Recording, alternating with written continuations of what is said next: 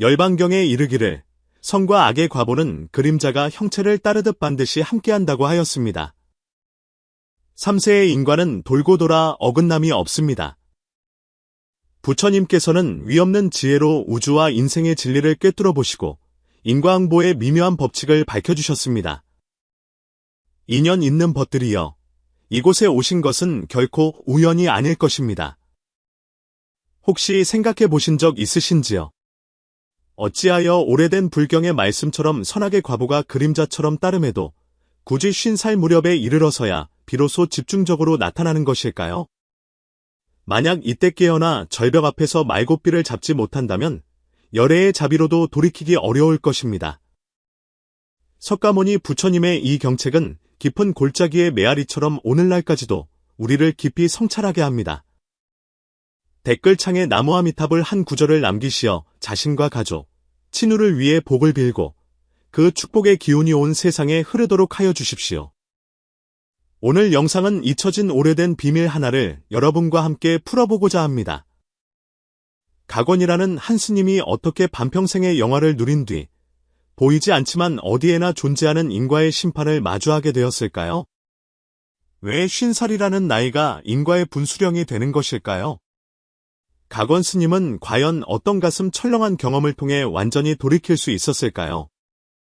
그 이면에 숨겨진 불교의 지혜는 오늘날 우리가 업보의 덫을 피하는데 어떤 도움을 줄 수 있을까요? 서둘러 자리를 뜨지 마십시오. 이제부터 우리는 불경의 글귀에서부터 인도의 고대 사찰에 얽힌 전설, 그리고 가곤 스님이 겪은 핏빛 악몽에 이르기까지 한 겹 한 겹 실타래를 풀어가듯 파헤쳐 볼 것입니다. 인과에 보이지 않는 파동을 깊이 느끼게 되실 때 여러분은 이것이 비단 한편의 전설이 아니라 바로 우리 자신을 비추는 맑은 거울임을 발견하게 될 것입니다. 댓글로 여러분이 가장 염려하는 인과의 빚은 무엇인지 공유해 주십시오. 우리 함께 그 실마리를 찾아가는 과정 속에서 해법을 발견할 수 있을 것입니다. 가곤은 어려서 강남의 명망 있는 가문에서 태어나 집안의 독실한 분위기 속에서 불법과 함께 자랐습니다. 그의 아버지는 평소 선행을 즐겨 보시하기를 기쁨으로 삼았기에 주변으로부터 큰 거사님이라 존경받았습니다. 어머니는 삼보에 대한 믿음이 깊어 매일 그를 데리고 절에 가서 공경하는 마음으로 예불하고 경전을 읽었습니다. 피어오르는 향 연기와 낭낭한 독경 소리는 가곤의 유년 시절을 채우는 가장 따뜻한 배경이 되었습니다. 자애롭게 내려다보시는 부처님의 모습은 마치 일찍부터 그와 불문이 인연을 정해 놓은 듯했습니다. 7살 되던 해, 무정한 역병이 어머니의 목숨을 앗아갔습니다. 아버지는 깊은 슬픔에 잠겼고 인생의 무상함과 고락을 예측할 수 없음을 문득 깨달았습니다. 상을 마친 후 그는 총명한 가곤을 성 밖의 고찰로 보내어 속세의 번뇌에서 벗어나기를 바랐습니다. 이 사찰은 바로 어머니께서 생전에 여러 차례 찾으시던 고지였습니다. 당시 주주이신 해명선사는 덕이 높고 자비로운 분이셨습니다. 그는 어린아이를 받아들여 선방으로 이끌며 인과는 헛되지 않고 과보는 어김이 없다는 이치를 가르쳤습니다. 이 불법의 가르침은 어린 가곤에게는 아직 심오하게 다가왔지만 마음속 깊이 뿌리를 내렸습니다. 산문에 들어선 가곤은 이내 남다른 재능을 보이며 여러 경전을 능히 외웠습니다. 10살도 채 되기 전에 그의 깨달음은 이미 동년배들과 비교할 수 없을 정도였습니다. 숲속 샘물 같고 저녁 골짜기의 종소리 같은 산사의 생활은 그의 순수한 수행의 길을 적셔주었습니다. 해명선사는 그를 친자식처럼 아끼며 불법뿐만 아니라 그의 자질을 보아 약초와 의술을 가르쳐 장차 중생을 이롭게 하기를 바랐습니다. 16되던 해, 가곤은 대중이 지켜보는 가운데 구족계를 받고 정식으로 비구가 되었습니다. 장엄한 가사와 의식을 갖추고 신도들이 구름처럼 모여들었으며 벚꽃 소리는 산하를 뒤흔들었습니다. 해명선사께서 직접 그의 어깨에 새 가사를 걸쳐주시며 수행은 마음에 있는 것이지 겉모습에 있는 것이 아님을 거듭 당부하셨습니다.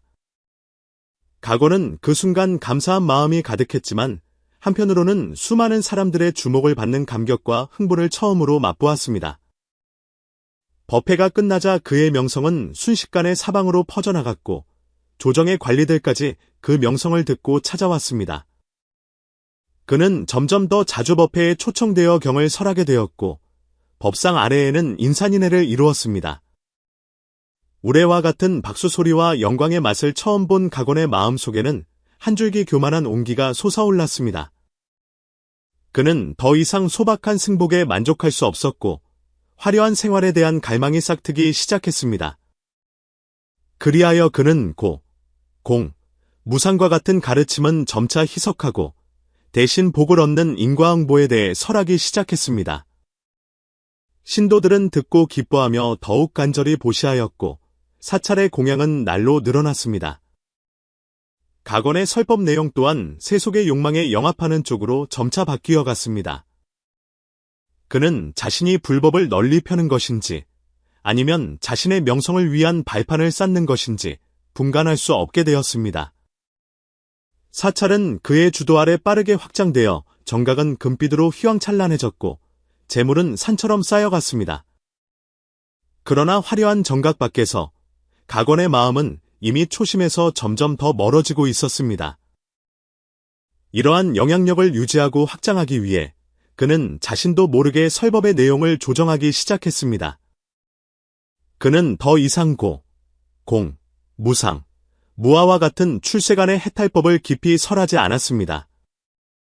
그러한 가르침은 현세의 쾌락을 탐하는 많은 신도들을 불편하게 만들었기 때문입니다.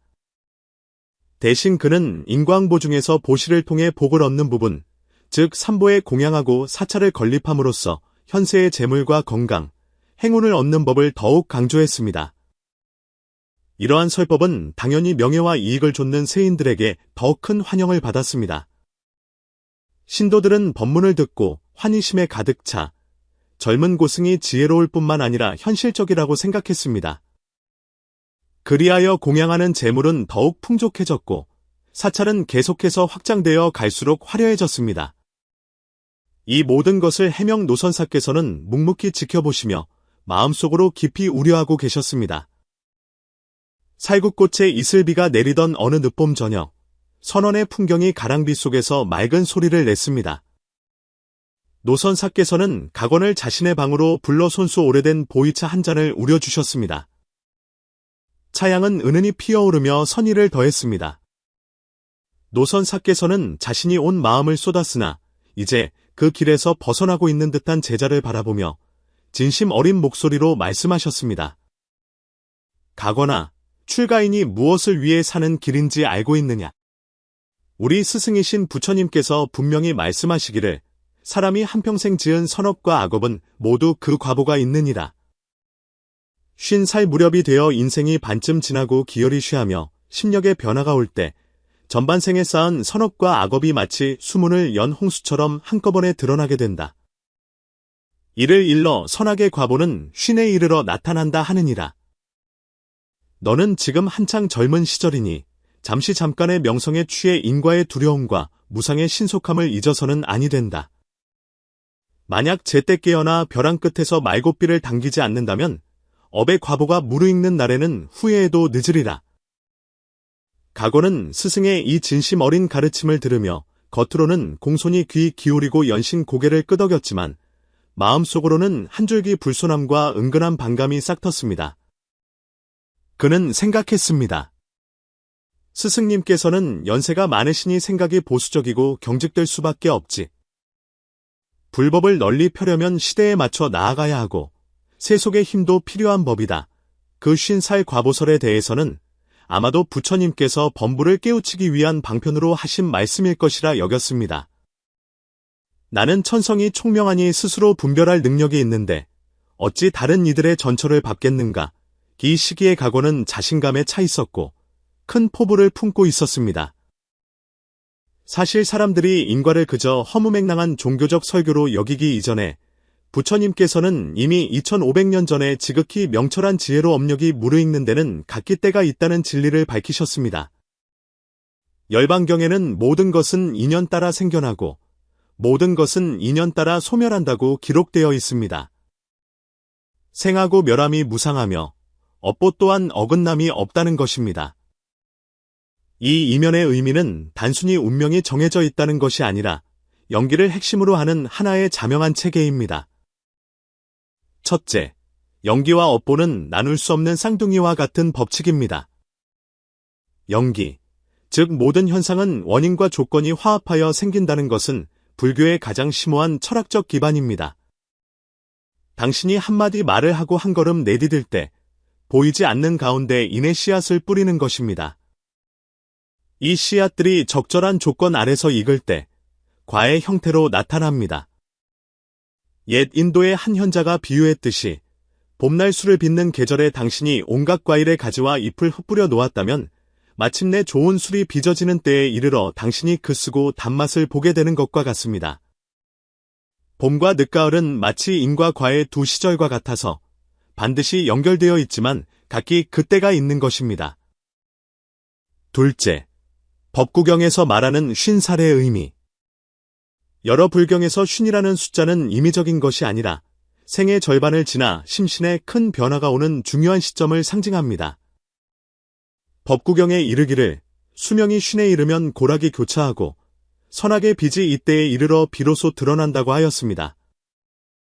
이는 문자 그대로의 절대적인 나이를 뜻하는 것이 아니라 중년이라는 시기에 사람의 몸과 마음의 변화가 가장 뚜렷해지며 과거에 쌓아온 업력이 진동하기 시작한다는 것을 강조합니다. 생리적인 측면에서 한의학과 불교는 상통하는 바가 있어 50 무렵에는 인체의 간과 신장의 기능이 점차 쇠퇴하기 시작하고 내적 에너지의 흐름이 느려지면서도 더욱 민감해져 이전에 숨어있던 질병이 드러나기 쉽다고 봅니다. 심리적인 측면에서 중년은 사업의 정점과 개인적 성취가 교차하는 시기로 명예와 이익, 얻고 잃음의 격차가 일단 나타나면 깊은 자아 성찰과 불안을 촉발하게 됩니다. 셋째, 인도의 고대 사찰과 관련된 전설. 고대 인도 겐지스 강변에는 아무도 언급하지 않는 작은 사찰이 하나 있었다고 합니다. 전설에 따르면 진정으로 인연이 있는 사람만이 그곳에 발을 들일 수 있는데 이 사찰에 모셔진 것은 금강보자가 아니라 아무런 조각도 하지 않은 석판 하나였습니다. 스님들은 말하기를 이 석판은 계율을 엄격히 지키는 수행자에게 각기 다른 무늬를 드러내 보인다고 합니다. 만약 일생을 청정하게 수행했다면 돌의 무늬는 막 피어나는 연꽃과 같고 일생을 욕망에 빠져 살았다면 돌의 무늬는 꺾인 나뭇가지처럼 갈라진다고 합니다. 그리고 이 현상은 보통 그 수행자가 50살이 넘어야만 달빛 아래에서 뚜렷이 볼 수 있었다고 합니다. 이 전설은 인과의 관점을 명확히 보여줍니다. 선악은 당장 즉각적으로 보답받는 것이 아니라 시기가 무르익은 후에 가장 집중적이고 진실된 방식으로 드러나는 것입니다. 계속해서 각원 스님의 이야기를 해보겠습니다. 깊은 밤, 사찰이 고요에 잠기면 각원은 더 이상 편안히 좌선에 들거나 경서를 연구하지 않았습니다. 그는 홀로 넓고 호화로운 주지방에서 장부를 들여다보며 계산에 몰두했습니다. 자신의 명성과 신도라는 자원을 이용해 어떻게 권세가들과 교류하고 더 큰 세속적 영향력을 얻을 수 있을지 고심했습니다. 그는 유력한 시주들의 특별한 공양을 선별적으로 받기 시작했습니다. 명목은 불법을 토론하는 것이었지만 실제로는 해명선사에게서 배운 사람 보는 안목과 경전의 지혜를 이용하여 고관 대작들에게 기륭을 피하는 조언을 제공했습니다. 그의 예측은 때때로 정확했고 혹은 그가 사람의 마음을 읽는 데 능했기에 권세가들 사이에서 그의 명성은 갈수록 높아져 살아있는 신선이라 칭송받았습니다. 그리하여 더 많은 재물과 자원, 인맥이 그에게로 모여들기 시작했습니다. 그는 점차 다른 사람의 운명에 영향을 미칠 수 있다는 느낌에 도취되었고 심지어 이것이야말로 수행의 최고 경지라고 여기게 되었습니다. 각원이 25되던 해, 비바람이 몰아치던 늦봄의 어느 밤, 해명 노선사께서는 생의 마지막 순간을 맞이하셨습니다. 등불이 바람에 흔들리는 가운데 그는 각원을 병상 앞으로 불러 마지막 힘을 다해 그의 손목을 잡았습니다. 흐릿한 눈에는 걱정과 아쉬움이 가득했습니다. 그는 힘겹게 말을 이었습니다. 각원아, 스승의 말을 기억하거라. 선악의 과보는 50에 쉰에 이르러 나타나느니 부디 그릇된 길을 가지 말거라. 스스로를 잘 살피거라. 각원은 스승의 탑상 앞에서 눈물을 흘리며 목 놓아 울었습니다. 그 순간 그의 슬픔에는 몇 분의 진심이 섞여 있었을지 모르나 어쩌면 미래를 완전히 자신의 뜻대로 할 수 있게 되었다는 은밀한 기쁨이 더 컸을지도 모릅니다. 그는 그곳에 엎드려 있으면서도 마음속으로는 어떻게 주지직을 계승하고 영향력을 확대할 것인지를 거듭 계산하고 있었습니다. 해명선사께서 마침내 입적하시자 각원은 순리대로 2000년 고찰의 새로운 주지가 되었습니다. 그의 정력적인 노력 아래 사찰의 규모는 전례 없는 속도로 확장되었습니다. 정각은 더욱 휘황찬란하게 개수되었고 소유한 논밭과 상점의 수는 급격히 늘어났습니다. 향을 피우고 보시하러 오는 신도들은 끊이지 않았으며 그 중에는 고관과 부호들도 많았습니다. 겉으로 보기에 이것은 의심할 여지 없이 사찰 수백 년 역사상 가장 융성한 시기였습니다. 각원 또한 이로 인해 더 높은 명성을 얻어 한 시대를 대표하는 명승으로 칭송받았습니다. 그러나 이 화려한 겉모습 아래에는 오염과 숨겨진 근심이 도사리고 있었습니다. 각원은 더욱 대담하게 사찰의 청정한 명예와 자원을 이용하기 시작했습니다. 그는 지방 관아와 결탁하여 좋은 땅을 헐값에 사들인 뒤 비싼 값에 되팔거나 임대했고 심지어는 몰래 향화전의 일부를 고리대금업에 투자했습니다. 비록 겉으로는 여전히 자비로운 고승의 모습을 유지하며 제때 법당에 올라경을 설하고 수익의 일부를 떼어 가난한 이들을 구제했지만 이 모든 것은 명성을 유지하고 진정한 욕망을 감추기 위한 행위에 지나지 않았습니다. 사찰에는 노선사를 오랫동안 따랐던 몇몇 노승들이 이러한 조짐을 눈치채고 있었습니다. 그들은 깊이 우려하며 사적으로 충고를 시도했지만 날로 커져가는 각원의 위세 앞에서 그들의 목소리는 미약할 뿐이었습니다. 결국 노승들은 침묵하거나 무력하게 떠나는 길을 택할 수밖에 없었습니다. 인과응보가 그림자처럼 따른다 하였거늘 노승들은 사적으로 모일 때마다 이렇듯 탄식했지만 아무도 권세가 하늘을 찌르는 각원 주지의 심기를 직접 건드리려 하지는 않았습니다. 30살의 각원은 이미 인근 백리 안에서 가장 영향력 있는 풍운하가 되어 있었습니다. 아침 햇살이 사찰에 날아갈 듯한 처마 끝 유리기와에 비쳐 눈부신 금빛을 반사했습니다. 마치 이 사찰에 신성하면서도 허황된 빛을 입혀놓은 듯했습니다. 그러나 이 화려한 외관 아래 각원의 내면 세계는 그에 상응하는 평온을 얻지 못했습니다. 오히려 나이가 들고 지위가 높아지고 재물이 쌓일수록 점점 더 공허하고 초조해졌습니다. 그는 초심을 등지면서 생긴 마음속에 거대한 구멍을 메우기 위해 더 많은 성공과 인정, 통제력을 필요로 했습니다. 그는 점점 더 그럴듯해 보이는 신통력이나 예측 능력을 사용하여 권세가들에게 길을 제시하고 이를 통해 지위를 공고히 하고 이익을 얻는 데 몰두했습니다. 그는 점차 부처님의 불망어, 거짓말하지 말라, 계율을 잊었고 불법으로 인정을 만들지 말라는 스승의 당부도 잊었습니다. 그는 종종 뜰에 홀로 조용히 앉아 있었지만 그것은 참선을 위한 것이 아니라 이익의 득실을 계산하고 인간관계를 저울질하기 위함이었습니다. 그는 자신의 행동이 이미 부처님의 가르침에 어긋나고 출가인의 본분에서 벗어났음을 알고 있었지만 마음속 욕망의 불길은 한번 제방을 무너뜨리자 걷잡을 수 없었습니다. 그는 말법 시대에는 불법을 널리 펴기 위해 세속의 힘이 필요하다는 논리로 자신을 설득하기 시작했고 심지어 자신이 더 고차원적인 방식으로 권세가들을 제도하고 있다며 자신의 탐욕과 타락에 그럴듯한 명분을 찾기도 했습니다.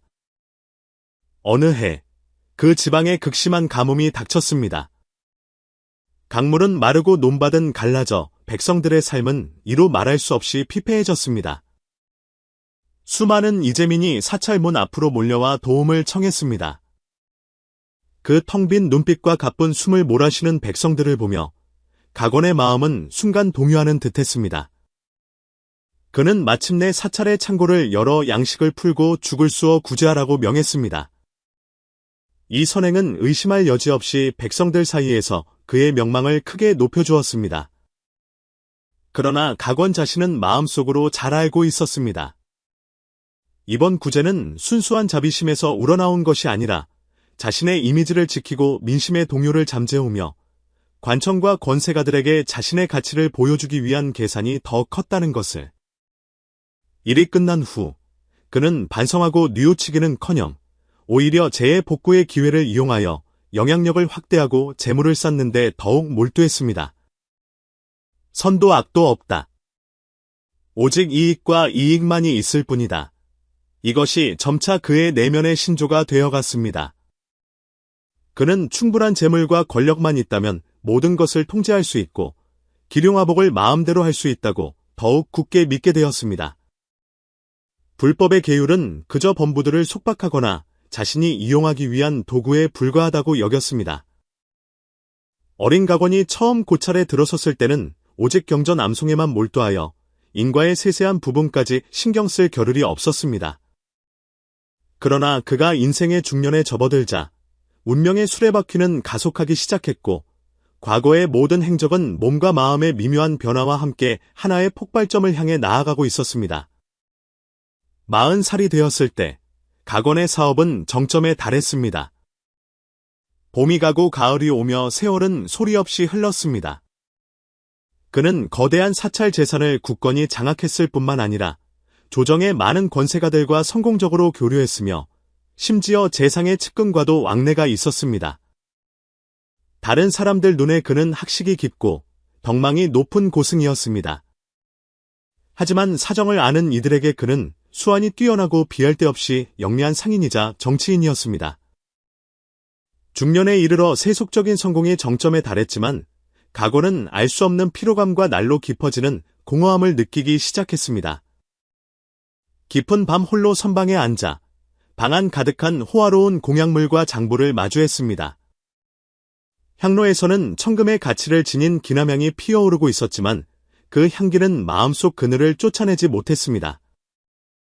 그는 이미 오래전에 세상을 떠난 스승 해명선사를 자주 떠올리기 시작했습니다. 스승께서 임종 직전에 거듭 당부하시던 말씀, 선악의 과보는 쉰에 이르러 나타난다는 그 말이 산골짜기의 메아리처럼 깊은 밤 고요할 때면 그의 귓가에 선명하게 떠올랐습니다. 마치 명예와 이익으로 단단히 포장된 그의 심장을 두드리는 경종과도 같았습니다. 비록 겉으로는 여전히 화려하고 무한한 권세를 누리고 있었지만 그의 마음 깊은 곳에서는 말로 표현할 수 없는 공포가 자라나기 시작했습니다. 세월의 흐름은 그가 50살이라는 심판의 시점에 점점 더 가까워지고 있음을 깨닫게 했습니다. 만약 스승의 말씀이 사실이라면, 만약 인과응보가 정말로 존재한다면 자신이 수십 년간 불문이 신분으로 저지른 그 은밀한 악업들, 그에게 상처받고 이용당하고 빚진 사람들과 일들이 머지않아 어떤 방식으로 자신에게 그 무거운 빚을 되돌려달라고 할 것인가. 이건 그저 늙은 스님의 고리타분한 생각일 뿐이야. 불교가 세상을 겁주기 위해 만들어낸 미신에 불과해 각오는 불안할 때마다 이렇게 억지로 자신을 위로했지만 이런 자기 위안이 점점 더 무력해지고 있다는 것을 발견했습니다. 마치 머리 위에 칼이 매달린 듯한 그 불안감은 오히려 50살이 가까워질수록 점점 더 강렬해졌습니다. 45되던 해, 쓸쓸한 가을바람이 불던 때, 각오는 오랜 기간 폐관 수행에 들어가겠다고 대외적으로 선포했습니다. 수행을 통해 정진하겠다는 명분이었지만 실제로는 마음속 공포를 가라앉히고 미래의 과보를 피할 방법을 찾고 싶었던 것입니다. 고요한 선방에서 향 연기가 피어오르는 가운데 그는 억지로 마음을 가라앉히고 반평생을 되돌아보았습니다. 그는 자신이 정말로 너무나 멀리 벗어났음을 깨달았습니다. 고리대금에 시달리다 가정이 파탄난 소작농들, 토지 분쟁으로 삶의 터전을 잃은 마을 사람들, 그에게 이용당한 뒤 버려진 동업자들, 그들의 얼굴이 혼란스러운 생각 속에서 자꾸만 나타나 그는 종종 깊은 밤에 놀라 깨어 잠 못 이루곤 했습니다. 마음속 고통과 갈등, 그리고 한 줄기 참회의 마음이 솟아올랐습니다. 그러나 석 달간의 폐관이 끝나고 현실로 돌아왔을 때 여전히 찬란한 뜰의 햇살을 보고 산문방 여전히 향불이 왕성한 사찰을 보고 여전히 그를 향해 경건하게 절하는 신도들을 보자 그는 또다시 현실의 유혹과 이미 얻은 이익에 이끌렸습니다. 마음속에 피어났던 약간의 참회는 순식간에 증발해버렸습니다. 어쩌면 석가모니의 가르침은 평범한 사람들에게나 통하는 것일지도 몰라. 나처럼 자원을 통제하고 시국에 영향을 미칠 수 있는 사람은 이미 그런 속박을 초월했을지도 모르지. 그러나 그의 마음 깊은 곳, 양심과 미지에 대한 두려움에서 비롯된 근원은 여전히 남아 있었습니다. 불교 경전은 종종 생생한 상징으로 경고를 보냅니다. 가곤의 이야기에도 등골이 오싹해지는 몇몇 장면이 있습니다. 48살 어느 여름밤, 가곤은 선방에서 좌선에 들어 있었는데 기이한 향기를 맡았습니다. 단향도 아니고 침향도 아닌 마치 독한 술과 피가 섞인 듯한 냄새였습니다. 이는 그가 과거 권세가들과 호화로운 연애를 즐길 때 남았던 업의 결과물이었습니다. 그것은 그의 후각을 자극했을 뿐만 아니라 술에 취해 추태를 부렸던 기억까지 되살려내 깊은 밤 정자하던 그를 망연자실하게 만들었습니다. 술잔 속의 모든 것이 바람결에 흩어지지 않는 원혼이 된 듯했습니다. 석 달 후, 그는 다시 악몽에 시달렸습니다. 꿈속에서 사찰은 불바다가 되었고 스님들은 비명을 질렀으며 손가락에는 마치 화상을 입은 듯한 통증이 느껴졌습니다. 가장 끔찍했던 것은 그가 고리대금으로 파멸시킨 마을 사람들이 희미한 사람의 형체로 나타나 때로는 통곡하고 때로는 분노에 찬 눈으로 그를 노려보는 것이었습니다. 마치 원혼들이 그의 마음 밑바닥에서 뺨을 후려치는 것 같았습니다. 죽은 이들이 결코 사라지지 않은 듯했습니다. 50번째 생일이 하루하루 다가오면서 숲속 바람 소리마저 유난히 쓸쓸하게 들렸고 가곤의 불안감은 절정에 달했습니다. 그는 더욱 빈번하게 의도적인 선행을 하기 시작했습니다. 거금을 내어 고향에 서당을 짓고 사찰 밖에 더 큰 규모의 죽방과 약방을 세워 가난하고 병든 이들을 구제했습니다. 심지어 상징적으로 사찰의 종 몇 가구를 풀어주어 자유의 몸이 되게 하고 정착 자금까지 쥐어주었습니다. 그러나 이처럼 공덕이 무량해 보이는 선행들을 이끈 것은 마음속 진정한 자비와 참회에서 비롯된 것이 아니라 심판의 날에 대한 극도의 공포와 거래하려는 심리에서 나온 것이었습니다. 달 그림자 흔들리고 차가운 별빛 흩날리는 깊은 밤, 사람은 50살 무렵이 되면 몸과 마음에 이중의 경고를 받게 됩니다. 불교와 한의학은 모두 50살 무렵에는 간과 신장의 기운이 점차 쇠하고 기혈이 흐트러지기 쉽다고 강조합니다. 이 시기에는 몸의 저항력과 대사 능력이 떨어져 더 이상 젊은 시절의 탄력 있는 몸이 아닙니다. 은밀한 피로감, 작은 통증 하나하나가 생명력이 점차 빛을 잃고 있음을 알려줍니다. 오래된 질병이 갑자기 재발하거나 오랫동안 가벼이 여겼던 건강 문제가 한꺼번에 나타나는 것은 마치 업보의 빚을 갑자기 돌려받는 것처럼 몸에 지울 수 없는 흔적을 남깁니다. 또한 잦은 심리적 동요가 경종을 울립니다. 반평생 쌓아온 명예와 실패의 경험, 가정, 사업, 건강, 모든 것이 이 시기에 갈림길을 맞이할 수 있습니다. 과거를 돌아보는 시선에는 종종 만족과 후회라는 두 가지 감정이 뒤섞입니다. 놀랍게도 과거가 화려할수록 이 순간에 더욱 마음을 아프게 찌른다는 것을 발견하게 될 것입니다. 가건이 49번째 생일을 맞은 그날 밤, 그는 더할 나위 없이 선명하고 끔찍한 꿈을 꾸었습니다. 꿈속에서 그가 존경하던 스승 해명 노선사께서 장엄하고 엄숙한 얼굴로 그를 이끌고 전설 속의 염라지옥으로 들어갔습니다. 그는 자신이 지난 수십 년간 지은 악업이 불러온 끔찍한 광경을 직접 목격했습니다. 그에게 직간접적으로 상처받았던 사람들이 칼상과 불바다 속에서 고통받고 있었습니다.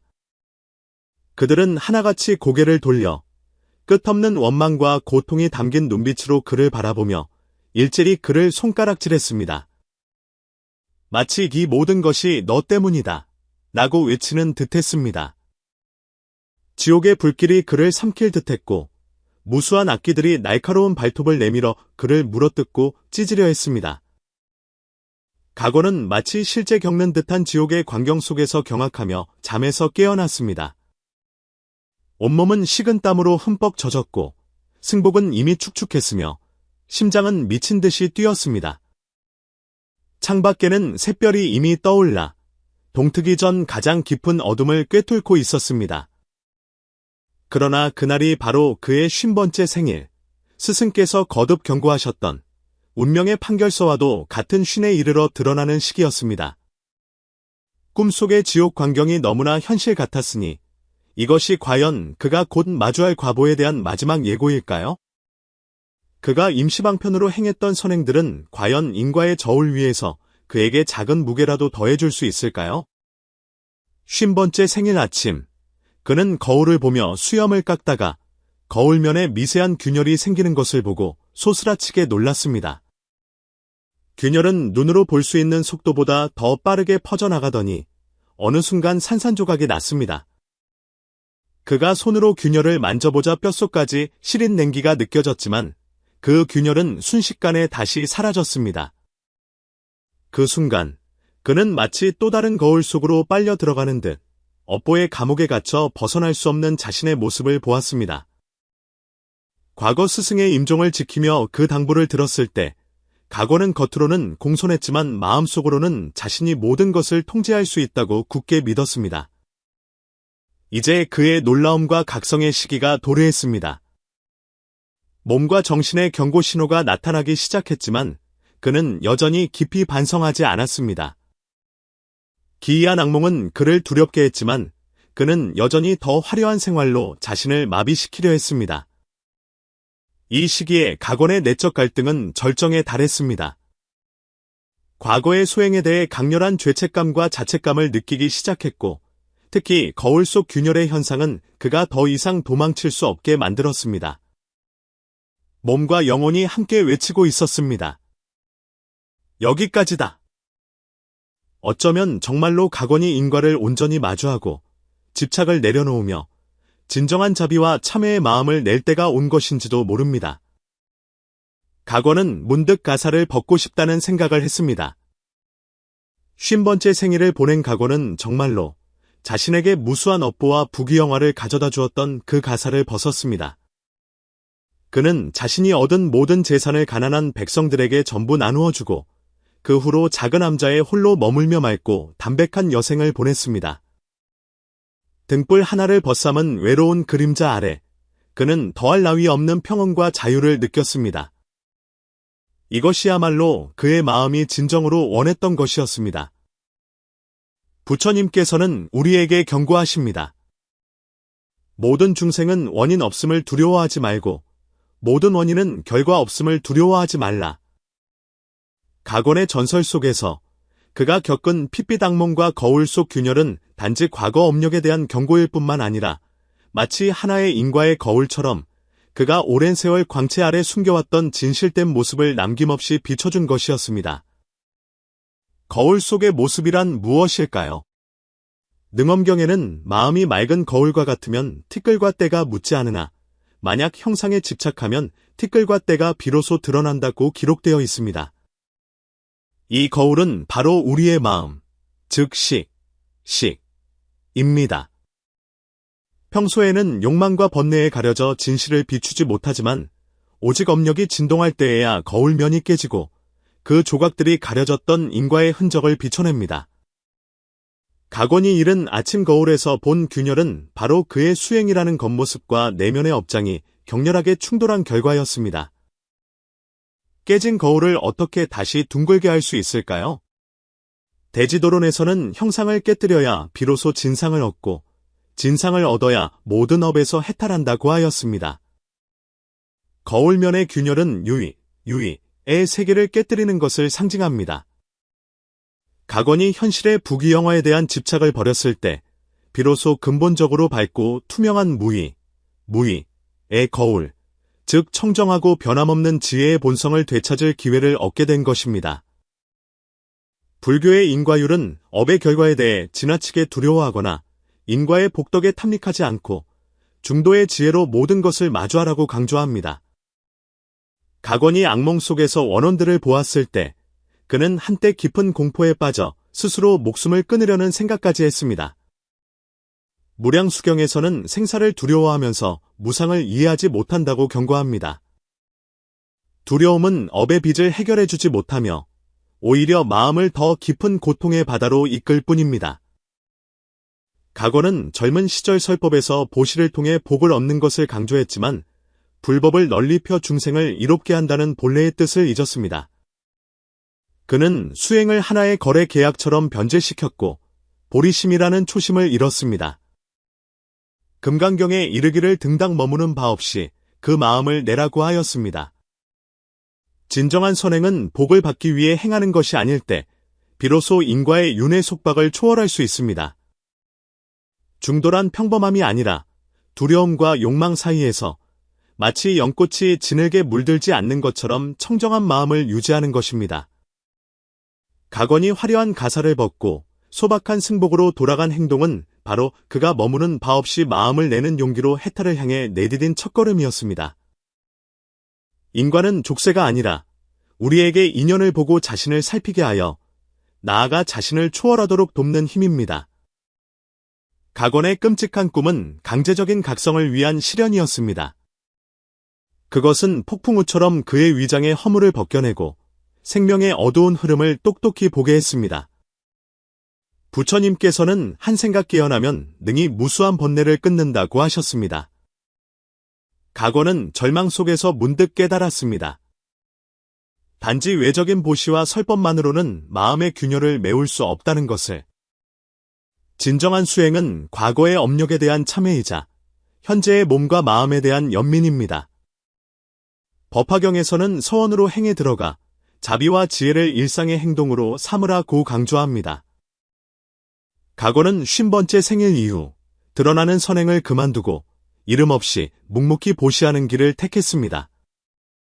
그는 무대 앞에서 무대 뒤로 물러나 하나하나의 작은 선행을 통해 내면을 진정으로 정화하는 약으로 삼았습니다. 이 순간 그는 더 이상 과거의 업력에 얽매이지도 미래의 과보를 위해 살지도 않았습니다. 오직 현재에 살며 매 순간 숨 쉬는 것을 불법과 함께하는 것으로 삼았습니다. 각원이 50살의 새벽녘에 섰을 때 그는 더 이상 업보의 그림자에 사로잡히지 않았습니다. 거울 속 균열은 사라졌지만 내면은 오히려 더욱 맑아졌습니다. 그는 한평생의 고통과 깨달음을 통해 우리에게 일깨워 줍니다. 인과란 차가운 심판이 아니라 자기 성장의 연금술이라는 것을. 이 인과의 길 위에서 과거의 잘못을 두려워할 필요도 없고 미래의 복덕에 대한 갈망에 집착할 필요도 없습니다.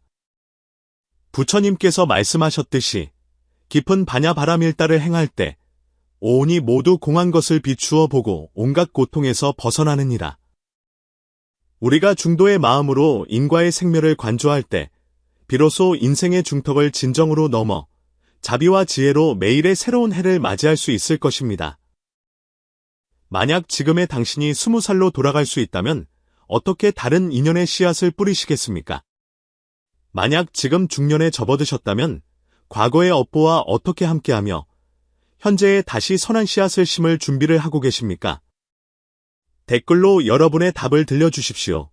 어쩌면 다른 이의 경험을 비추어 보는 속에서 새로운 깨달음을 얻게 될지도 모릅니다. 이 이야기가 여러분의 마음에 울림을 주었다면 좋아요와 공유로 함께해 주시고 채널을 구독하여 주십시오. 이번 생에 부끄럼 없이 살게 하소서라는 한마디를 남기는 것은 자신을 위해 복을 비는 동시에 이 길을 함께 걷는 모든 도반들의 앞길을 밝히는 등불이 될 것입니다. 인과의 큰 흐름 속에서 우리 모두 고통을 즐거움으로 바꾸고 끝없는 자비와 지혜로 진정한 자유를 향해 나아갈 수 있기를 기원합니다. 석가모니 부처님의 핵심 가르침인 영기, 무상, 중도, 그리고 업력은 각원의 인과가 드러나는 전 과정에 걸쳐 있습니다. 그 영향은 주로 다음과 같은 측면에서 나타납니다.